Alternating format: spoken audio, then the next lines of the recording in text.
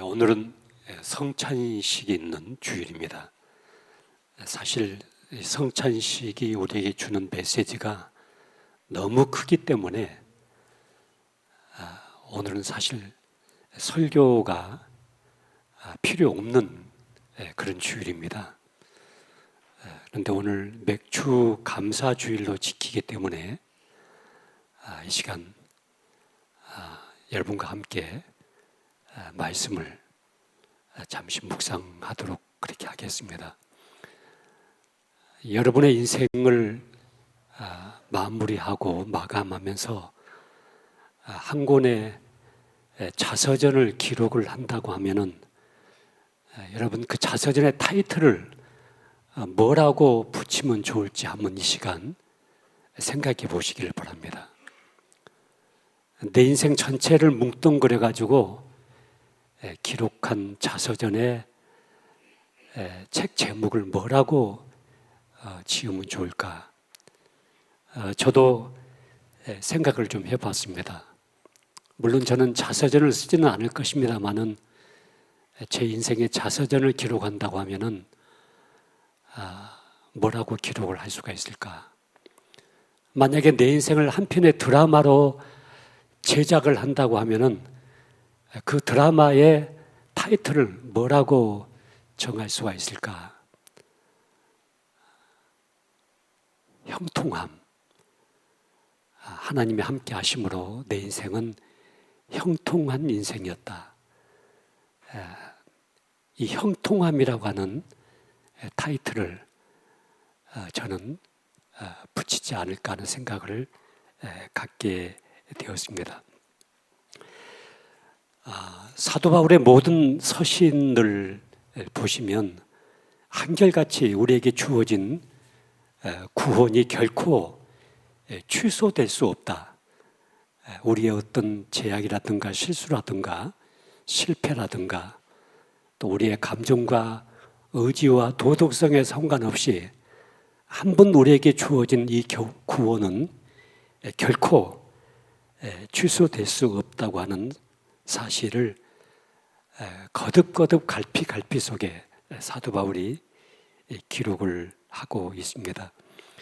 왜냐하면 구원이라고 하는 것은 인간적인 감정과 소원이나 의지에 관한 문제가 아니라 하나님께서 약속하신 말씀에 근거한 사실의 결과이기 때문입니다. 그런데 여기서 우리가 한 가지 주목해야 될 중요한 사실 하나는 이 구원에 대한 절대적인 확신과 하나님의 사랑과 능력에 대한 절대적인 확신은 우리의 환경과 상황을 개선해 주겠다는 약속이 아니라는 사실입니다. 이것이 모든 신자들에게 사실 어려운 대목 중에 한 부분입니다. 일반적으로 우리가 예수를 믿으면 복을 받는다. 예수를 믿으면 만사가 형통해진다. 우리가 손을 대는 사업도 잘 되고 농사도 잘 되고 건강도 잘 된다. 이런 신앙의 형태를 가지는 경우들이 많이 있습니다. 물론 예수님 안에 이런 축복과 이런 은혜를 우리에게 약속하시는 말씀들도 있습니다. 신앙의 형통함, 우리 인생의 형통함이라고 하는 이 형통이란 단어가 우리가 일반적으로 생각하는 형통함과 또 성경이 우리에게 말씀하고 있는 형통함에는 상당한 차이가 있다는 것을 발견하게 됩니다. 구약 성경의 대표적인 인물이 요셉인데요. 이 요셉이 형들에게 미움을 받고 시기를 받아서 노예로 팔려가게 됩니다. 창세기 39장 2절에 보시면은 이 노예로 팔려갔던 요셉에 대해서 성경이 뭐라고 말씀하시냐면은 하나님이 그와 함께 하심으로 그가 형통한 자가 되었다 이렇게 말씀합니다. 또 요셉이 노예로 팔려가 가지고 살았던 이 보디발의 집에서 그 보디발의 아내의 유혹을 피해서 도망가고 거기서 억울한 누명을 쓰고 강간 미수범으로 이 누명을 쓰고 감옥에 갇히게 됩니다. 그런데 그런 요셉을 향해서 창세기 39장 23절에 보시면은 하나님이 그와 함께 하심으로 그가 형통한 자가 되었다, 이렇게 말씀하고 있습니다. 여러분 생각해 보세요. 노예로 팔려간 것이 형통한 것입니까? 억울한 누명을 쓰고 감옥에 갇혀 있는 것이 형통한 것입니까? 우리가 생각할 때는 결코 형통한 인생이 아님에도 불구하고 성경은 거듭거듭 이 요셉의 생애를 결론지어서 말하기를 그는 형통한 인생이었다, 형통한 삶이었다, 이렇게 고백을 하고 있습니다. 이 형통이란 이유를 시편 105편에서 이렇게 소개하고 있습니다. 시편 105편 17절 말씀 보시면 그가 한 사람을 앞서 보내셨으며 요셉이 종으로 팔렸도다. 18절 그의 발은 착고에 차고 그의 몸은 쇠사슬에 매였으니 19절 곧 여호와의 말씀이 응할 때까지라 그의 말씀이 그를 단련하였도다. 여러분 하나님의 약속의 말씀이 요셉의 생애 속에서 결과적으로 열매로 나타나기까지 요셉은 지긋지긋하게 고생을 많이 했습니다. 말로 표현하기 어려운 고난과 환난 속에 처하게 되었습니다. 비록 고통스럽지만은 그 길이 하나님의 요셉을 향하는 위대한 꿈이 이루어지기 위해서, 하나님께서 요셉을 향하는 하나님의 뜻이 이루어지기 위해서 요셉이 고난과 역경의 길을 가고 있었는데 그 길이 최선이었고, 그런 의미에서 요셉은 형통한 자였다, 이렇게 성경은 말씀하고 있습니다. 성경에서 말씀하시는 형통이란 단어는 하나님의 뜻이 그의 인생 속에서 이루어지고 있을 때 이것을 형통이라 이렇게 표현하고 있습니다. 하나님의 꿈이 내 생애를 통해서 이루어지고 있다고 한다면 그게 고난이든 역경이든 환난이든 간에 그 길은 형통한 길이다, 이렇게 성경은 말씀하고 있습니다.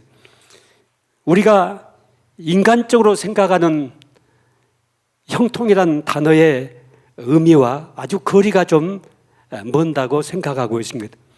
적어도 내가 예수 믿고 구원받고 하나님의 은혜를 입었다고 한다면은 이런 저런 일들이 다 잘 돼야 된다고 생각하고 있습니다. 세상이 비록 악하고 나를 괴롭게 만들고 내 인생이 애로운 길을 간다 할지라도 하나님께서 구원받은 신자들에게 특별한 간섭을 베푸셔서 남들은 장마통에 어려움을 당하지만은 비가 좀 나를 좀 피해가기도 하고, 내가 뒤로 넘어져도 천군 천사가 나를 받들어서 내가 오뚜기처럼 우뚝 서기도 하고, 내가 좀 실수하고 내가 좀 잘못된 결정을 했을지라도 그 모든 것이 다 만사가 형통해지고 이런 결과가 좀 나타났으면 좋을 텐데, 우리의 삶의 현실은 결코 녹록하지가 않습니다. 결코 그렇게 되지가 않습니다. 그래서 사도 바울이 오늘 본문 로마서에서 내가 확신한다, 내가 확신한다, 이렇게 말씀을 해주면서, 확신하는 것은 고통을 하나님께 나에게 면하게 해주겠다, 고난을 면하게 해주겠다, 내가 실수하고 내가 잘못된 일을 결정했을 때 전혀 그것이 없는 것처럼 면제해 주겠다, 이렇게 말씀하지 아니하시고 우리의 환경을 개선해 주겠다고 약속하신 것이 아니라 하나님께서 우리에게 주어진 이 고난과 역경과 환난 속에서 하나님의 뜻을 이루게 만들겠다, 하나님의 꿈을 이루게 만들겠다, 이 모든 것을 범사에 합력해서 내 인생의 작품을 작품되게 만들겠다고 말씀하고 있습니다.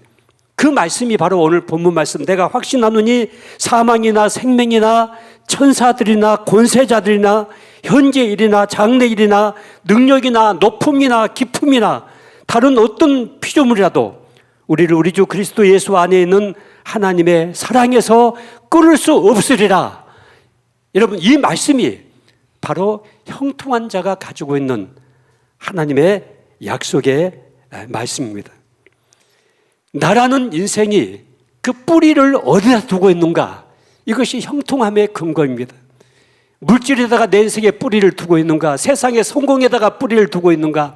아니면 하나님이 나에게 약속하신 약속의 말씀에다가 뿌리를 두고 있는가? 여러분의 인생이 눈에 보이는 세상적인 것에 휘둘리는 인생이 아니라 하나님이 나에게 약속하신 약속의 말씀에다가 내 인생에 뿌리를 두고 있다고 한다면 그 인생이 바로 형통한 인생입니다. 오늘 주일날 세상적으로 다른 데 가지 아니하고 하나님 앞에 이 맥주 감사절에 예배의 제단을 쌓기 위해서 지금 이 시간 여기 앉아 있다는 이 사실 자체가 여러분의 인생이 형통한 인생이라는 사실을 증거하는 중요한 증거가 되는 것입니다. 나는 잘 되는 것이 아무것도 없다. 지나간 6개월을 되돌아보니까 실패했고 실수했고 내가 원한 대로 무엇이 이루어지지 않았고 내가 기도했지만 응답이 되지 않았고 그래서 내 인생은 잘못된 길을 가고 있는 것 같다. 여러분, 그게 아닙니다. 오늘 여기 여러분이 앉아있다는 그 사실 자체가 하나님께서 아무개와 함께 하심으로 형통한 자가 되었더라. 아무개의 인생이 형통한 자가 되었더라. 아무개 장로가 형통한 삶을 살았더라. 아무개 집사가 형통한 삶을 살았다고 성경은 우리에게 말씀하고 있습니다. 여러분, 지나간 6개월을 되돌아보시면은 울었던 순간도 있었고 또 기뻤던 순간도 있었습니다.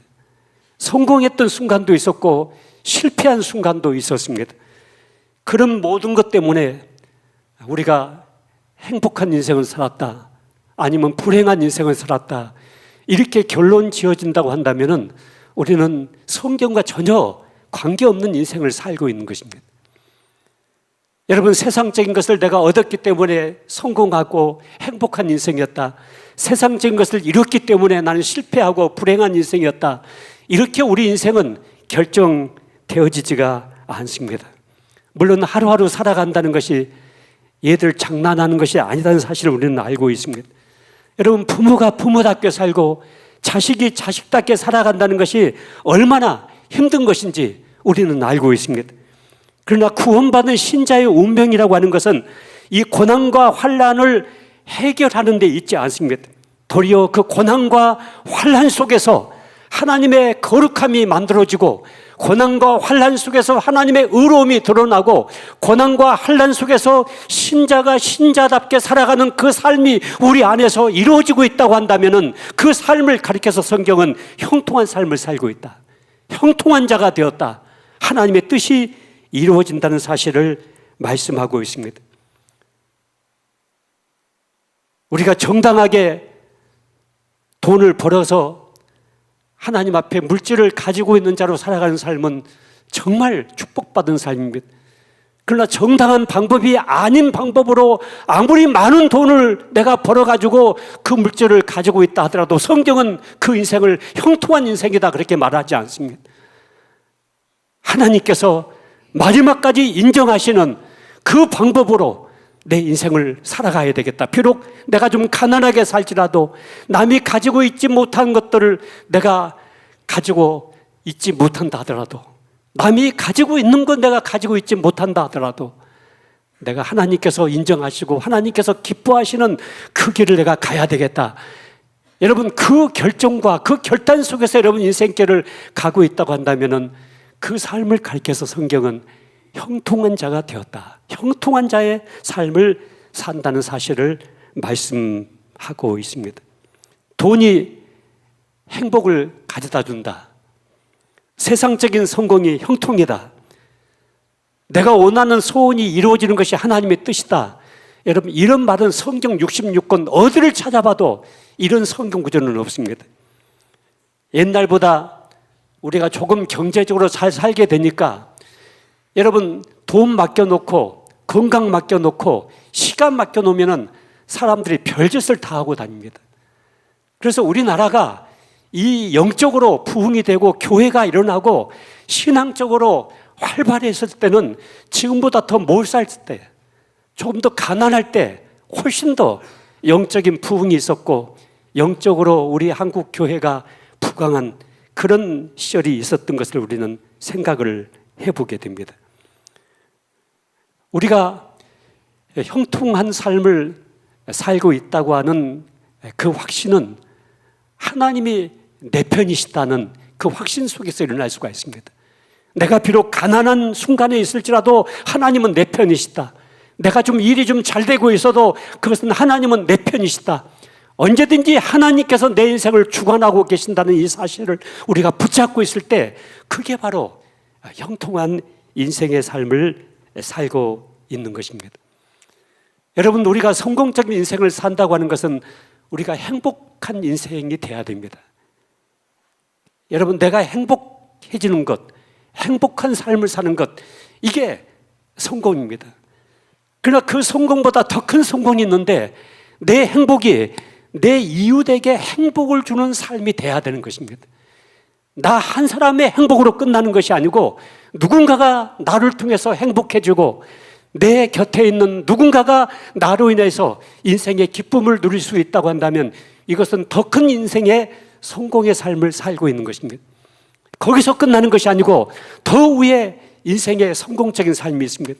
그것은 내 행복이 내 이웃의 행복으로 끝나는 것이 아니고 그게 하나님께 행복으로 전달되는 것, 하나님을 기쁘시게 하는 삶으로 나타나고 있을 때 그것은 가장 큰 인생의 성공적인 삶을 사는 것입니다.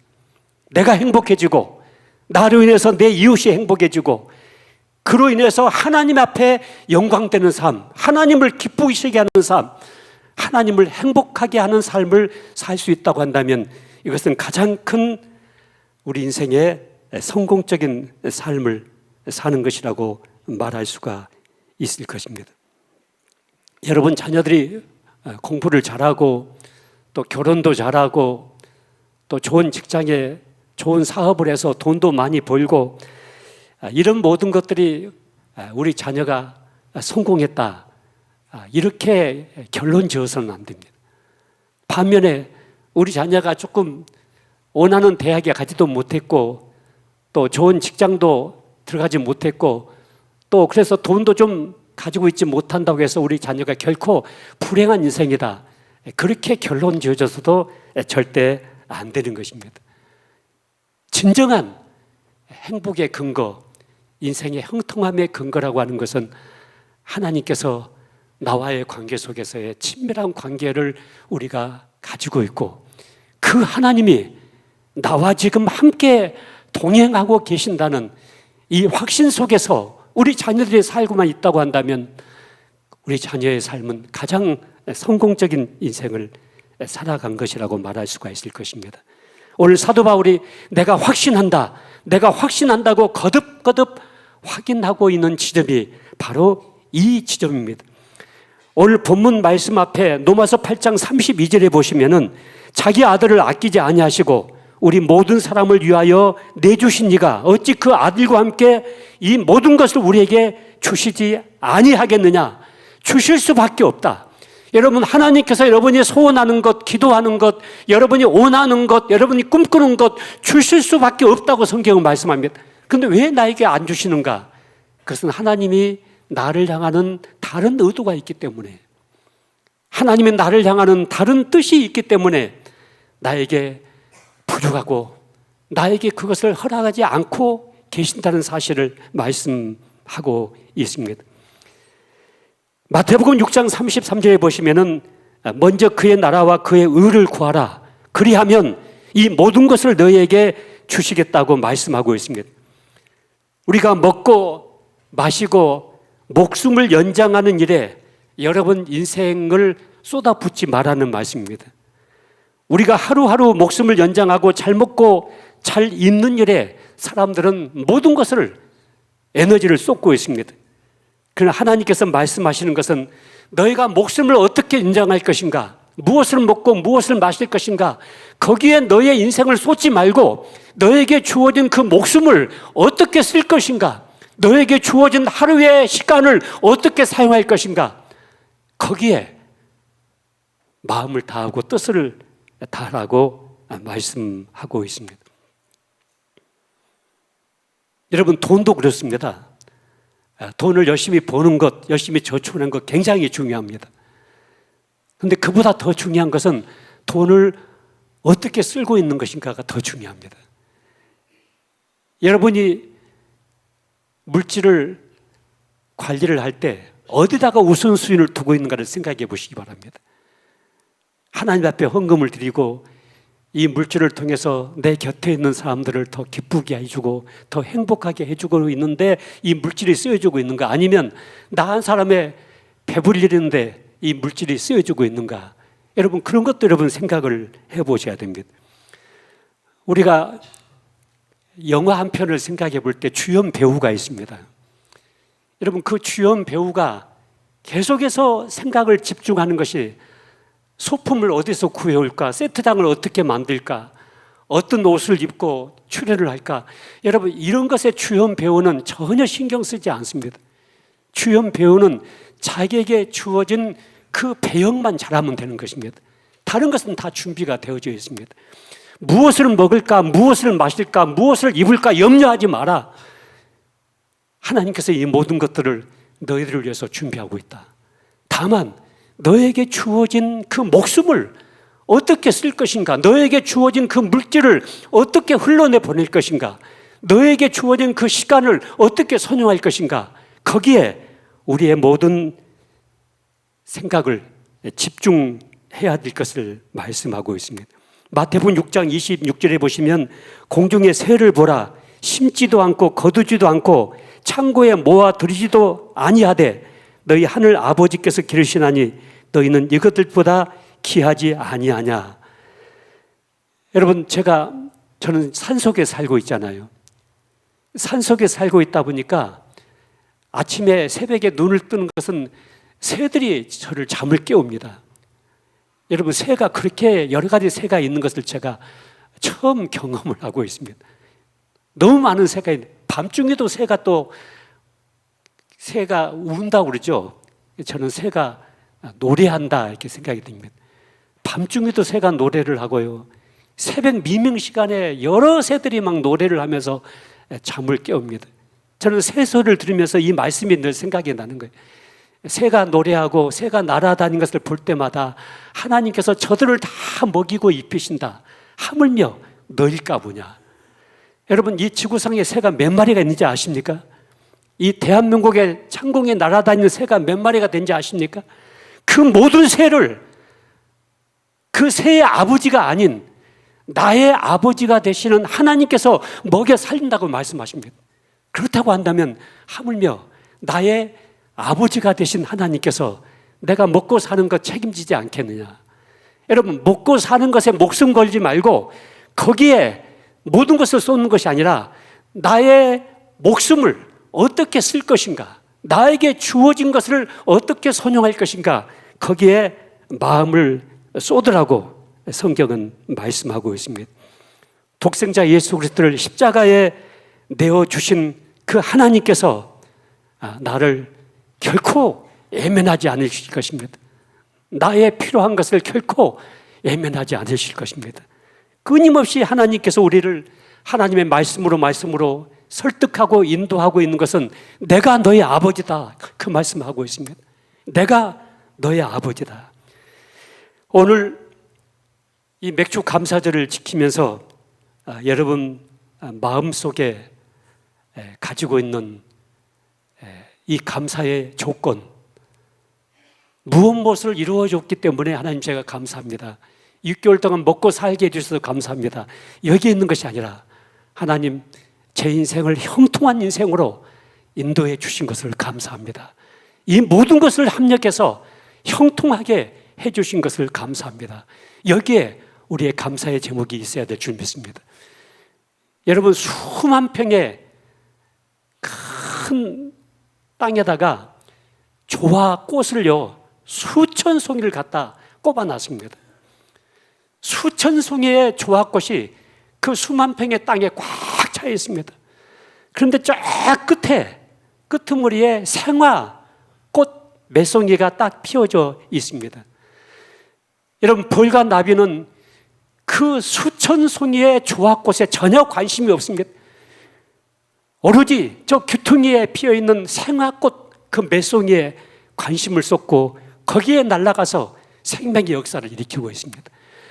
여러분, 우리가 이 땅에 살아가는 동안에 여러 가지 많은 결정도 하고 많은 생각도 하고 많은 일도 하고 많은 것들을 우리가 선택하게 될 것입니다. 생명과 관계가 없는 것, 예수 그리스도와 관계가 없는 그 모든 것에 하나님은 관심이 없습니다. 유일하게 우리가 하나님과 관계를 갖고 영적으로 하나님의 거룩하신 뜻이 이루어지고 하나님이 나와 함께 하심으로 이 형통한 삶이 이루어지고 있다고 하는 이 사건에만 하나님은 관심을 쏟고 예수님은 관심을 갖습니다. 사람이 한번 죽는 것은 정한 이치요 그 후에 심판이 있다고 성경은 말씀하십니다. 언젠가 여러분과 내가 하나님 앞에 서게 될 것입니다. 내 인생을 결산받게 될 것입니다.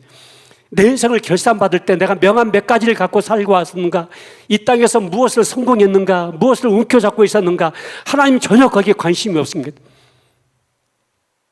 오로지 내 인생이 행복할 뿐만 아니라 이 행복이 내 곁에 있는 이웃을 행복하게 해주고 그 행복이 하나님을 기쁘게 해드리는 이 생명과 관계된, 하나님과 관계된, 영적으로 관계된 거기에 하나님은 생명의 면류관으로 우리에게 역사하실 줄로 믿습니다. 여러분, 이 시간 꼭 기억하셔야 됩니다. 여러분 인생은 형통한 인생입니다. 왜요? 하나님이 나와 함께 하심으로 지나간 6개월 동안 내 인생은 형통한 인생이었습니다. 슬프고 실패하고 실수하고 성공하고 이런 모든 사건이 있었지만은 그 모든 사건을 합력해서 하나님은 내 인생의 작품을 만드셨습니다. 내 인생의 형통한 작품을 만드셨습니다. 그렇기 때문에 여러분과 나의 인생은 형통한 인생입니다.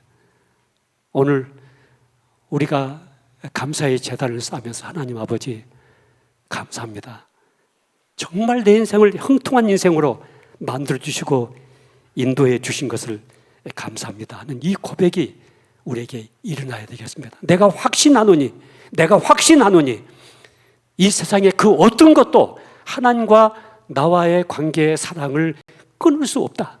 하나님이 내 손을 붙잡고 계시고 나와 함께 동행하고 계시고 하나님이 내 인생 속에서 주인이 되시고 그래서 이 모든 것을 합력해서 선을 만들어 가시는 그 하나님이 내 인생을 형통하게 인도해 가고 계신다는 이 확신을 가지고 여러분 금년 남은 6개월도 승리하는 한 분 한 분이 되시기를 주의 이름으로 축원합니다.